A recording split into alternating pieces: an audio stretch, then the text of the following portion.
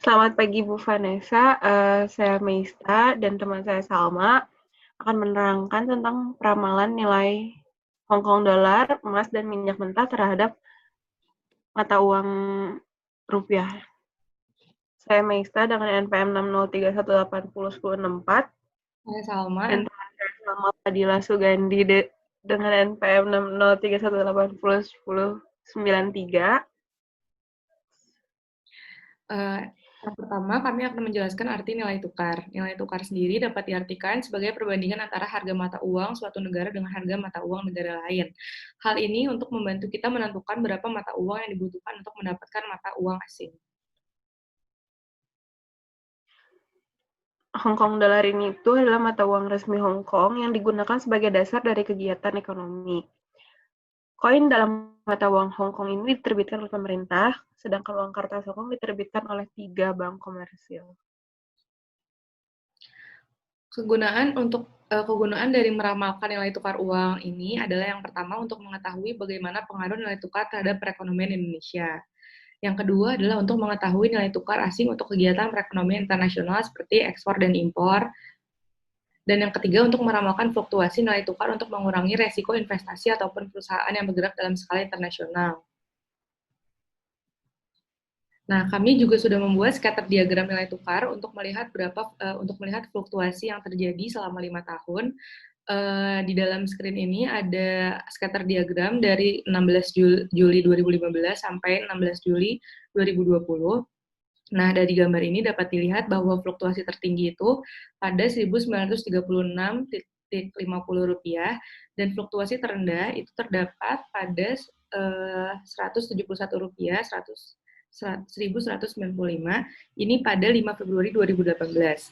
Nah, ada nilai historical data yang tidak ditemukan sehingga kami mengasumsikan nilai tukar menjadi 0 itu pada minggu 16, 23, 30 September 2019. Di sini kami menghitung dengan dua metode, ada time series dan causal method. Yang pertama kami menggunakan moving average. Di sini moving average-nya kita mendapatkan hasil MAD sebesar 75,6, MSE 5421,8,32 dan MAPE sebesar 3%. Kami menggunakan periode sebesar 70 dari mana angka 70 itu kami mengasumsikan 70 itu adalah periode terbaik karena melihat nilai MAD, MSE dan MAPE ini adalah nilai yang paling terkecil dari 260 data. Dengan forecasting selanjutnya ada di 1720,23 rupiah. Yang kedua ada exponential smoothing dengan hasil MAD 40,85, MSM 42,417,28 dan MAPE 5%. Alfanya 1, di sini pembuktiannya dari mana? Jadi exponential smoothing ini kami memasukkan angka 0 awalnya, sehingga angka 0 ini mencari alfa yang terbaik secara otomatis, dengan forecasting selanjutnya adalah 1883,3 rupiah. Dan yang terakhir ada trend projection, di sini hasilnya MAD dengan 74,34, MSM 47,797,53, dan MAPE sebesar 6%. Dan forecasting selanjutnya adalah 1761,09. Setelah melakukan causal method, kita dapat menganalisis correlation coefficient berikut dengan coefficient of determination. Causal method membantu kita untuk melihat pengaruh antara variabel terikat dan variabel bebas. Untuk ini correlation coefficient-nya adalah min 0,1867 yang menunjukkan bahwa mereka memiliki korelasi yang negatif atau memiliki hubungan yang sangat sedikit.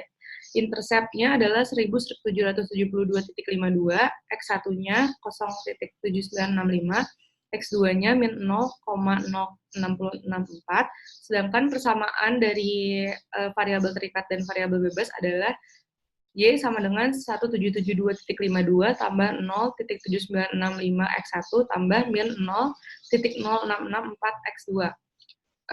Setelah itu coefficient of determination-nya adalah 0,0045 atau 0,453%. yang berarti variabel X1 dan X2 secara bersamaan berpengaruh sebesar 0,453%. Sedangkan sisanya sebesar 99,547% dipengaruhi oleh variabel lain yang tidak diteliti. Ini berarti hubungan antara kedua hal tersebut sangat memiliki hubungan yang sangat sedikit untuk mempengaruhi antara variabel terikat dan variabel bebasnya.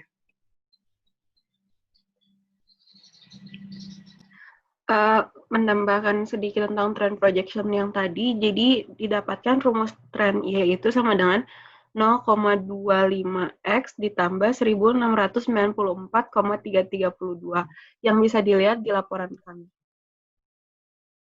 Dari analisis di sini, kami melihat bahwa metode pada time series yang paling cocok dipakai itu adalah exponential smoothing karena mempunyai nilai MAD, MSE, dan MAP terkecil dibandingkan dengan trend projection dan moving average, meskipun untuk di moving average itu MAP-nya lebih kecil daripada exponential, tapi untuk dua nilai yang lainnya masih lebih unggul exponential smoothing. Sedangkan dari hasil perhitungan yang telah dilakukan dari causal method, hasil dari korelasi koefisien adalah min 0,1867 yang berarti berkorelasi negatif dan memiliki slope ke bawah, yang artinya variabel X1 dan X2 hanya berpengaruh sedikit. Berdasarkan tabel summary dari hasil perhitungan causal method, diketahui nilai R² atau R kuadrat adalah 0,045313 atau 0,453%. Artinya, kedua hal tersebut hanya berpengaruh sebesar 0,453%, sedangkan sisanya 99,547% dipengaruhi oleh variabel lain yang tidak diteliti. Kesimpulan yang kami dapat, dengan menggunakan metode time series, kami dapat memprediksi nilai tukar Hong Kong terhadap rupiah hanya menggunakan data historis pada nilai tukar mata uang tersebut dengan mengabaikan faktor-faktor lain. Hasil peramalan tersebut juga berbeda tiap metode pada time series, seperti yang ada di data dari moving average, exponential smoothing, dan trend projection. Peramalan nilai tukar dapat turun maupun tidak berubah. Sedangkan metode multiple linear regression atau causal method, salah satu bagian dari causal method membantu kita menganalisis pengaruh variabel bebas dan variabel terikat. Dalam hal ini adalah variabel minyak dan emas terhadap variabel terikat, yaitu harga nilai tukar HKDIDR. Dari hasil penelitian yang telah dilakukan, kita dapat mengetahui nilai correlation coefficient dan correlation of determination yang akan membantu mengetahui nilai hubungan kedua variabel tersebut. Sekian presentasi dari kami. Mohon maaf bila ada kekurangan. Terima kasih. Terima kasih.